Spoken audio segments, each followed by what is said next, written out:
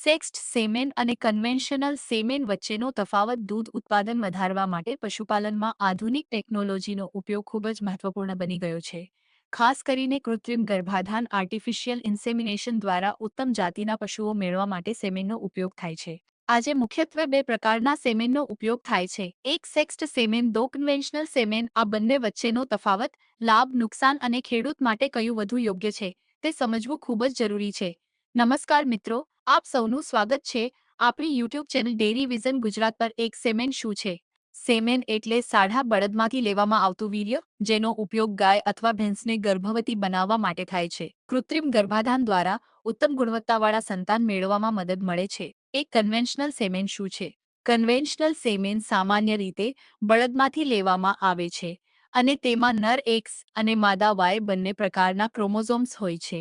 મુખ્ય લક્ષણો: 50% શક્યતા વાછરડો મેલ કાફ, 50% શક્યતા વાછરી ફિમેલ કાફ, સરળ અને સસ્તું ઉપલબ્ધ ગર્ભધારણની સંભાવના, વધુ કોન્સેપ્શન રેટ, વધારે ફાયદા, ઓછો ખર્ચ, ₹50 આસપાસ ગર્ભ રહેવાની સંભાવના વધારે, દરેક પ્રકારના પશુ માટે યોગ્ય, ગ્રામ્ય વિસ્તારોમાં સરળતાથી ઉપલબ્ધ. ગેરફાયદા: વાછરી મળવાની ખાતરી નથી, દૂધ ઉત્પાદન માટે હંમેશા યોગ્ય નહીં, નર બચ્ચા વધારે થાય તો આર્થિક નુકસાન. દો સેક્સ્ડ સેમેન શું છે? સેક્સ્ડ સેમેનમાં ખાસ ટેકનોલોજી દ્વારા એક્સ અને વાય ક્રોમોઝોમ અલગ કરવામાં આવે છે. દૂધ ઉત્પાદન માટે એક્સ માદા ક્રોમોઝોમવાળું સેમેન વપરાય છે. મુખ્ય લક્ષણો: 85% થી 95% સુધી વાછરી ફિમેલ કાફ મળવાની શક્યતા, આધુનિક ટેકનોલોજીથી તૈયાર, ખર્ચ વધારે. ફાયદા: વાછરી મળવાની વધુ ખાતરી, દૂધ ઉત્પાદન માટે શ્રેષ્ઠ, પશુપાલક માટે લાંબા ગાળે નફાકારક, ગાયોનો ઝૂંડ ઝડપથી વધે. ગેરફાયદા: ખર્ચ વધારે, ₹800 થી ₹1,500 અથવા વધુ, ગર્ભ રહેવાની સંભાવના ઓછી, કન્સેપ્શન રેટ ઓછો, ખાસ સંભાળ અને યોગ્ય સમય જરૂરી, દરેક પશુ માટે યોગ્ય નથી. 3 મુખ્ય તફાવત મુદ્દો: સેક્સ્ડ સેમેન બચ્ચાનું લિંગ 85 to 95%, વાછરી કન્વેન્શનલ સેમેન 5050 શક્યતા. 4 ખેડૂત માટે કયું વધુ સારું?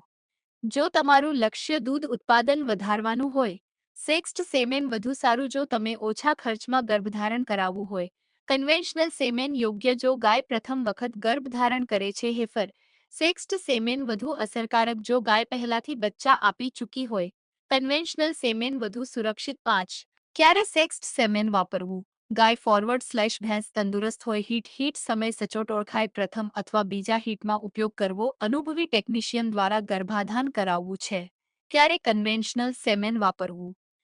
પશુ નબળું હોય, ગર્ભ રહેવામાં સમસ્યા હોય, ખર્ચ ઓછો રાખવો હોય, ગામડામાં સામાન્ય પરિસ્થિતિમાં. 7 આર્થિક દ્રષ્ટિએ તુલના: સેક્સ્ડ સેમેન શરૂઆતમાં ખર્ચ વધારે પરંતુ લાંબા ગાળે નફો વધારે, દૂધ આપતી ગાયો વધારે મળે. કન્વેન્શનલ સેમેન ઓછો ખર્ચ પણ નર બચ્ચા વધુ આવે તો નુકસાન, ધીમે ધીમે વિકાસ. 8 પ્રેક્ટિકલ ઉદાહરણ: માનીએ કે ખેડૂત પાસે 10 ગાયો છે.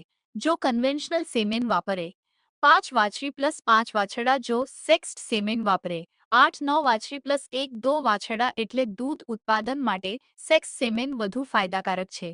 નો નિષ્કર્ષ: સેક્સ સેમેન અને કન્વેન્શનલ સેમેન બંનેના પોતાના ફાયદા અને ગેરફાયદા છે.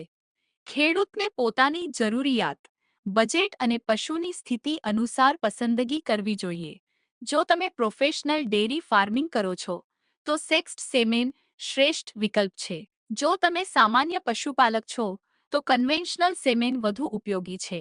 અંતિમ સલાહ: હંમેશા તંદુરસ્ત પશુમાં જ સેમેનનો ઉપયોગ કરો. યોગ્ય સમય પર ગર્ભાધાન કરાવો, પશુ ડોક્ટરની સલાહ લો, લાંબા ગાળે યોજના બનાવીને કામ કરો.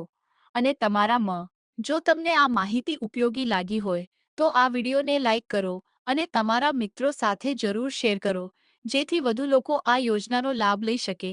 અને આવી જ સરકારી યોજનાઓની માહિતી માટે અમારા ચેનલને સબસ્ક્રાઇબ કરવાનું ભૂલશો નહીં. મળીએ આગળના વિડીયોમાં. આભાર.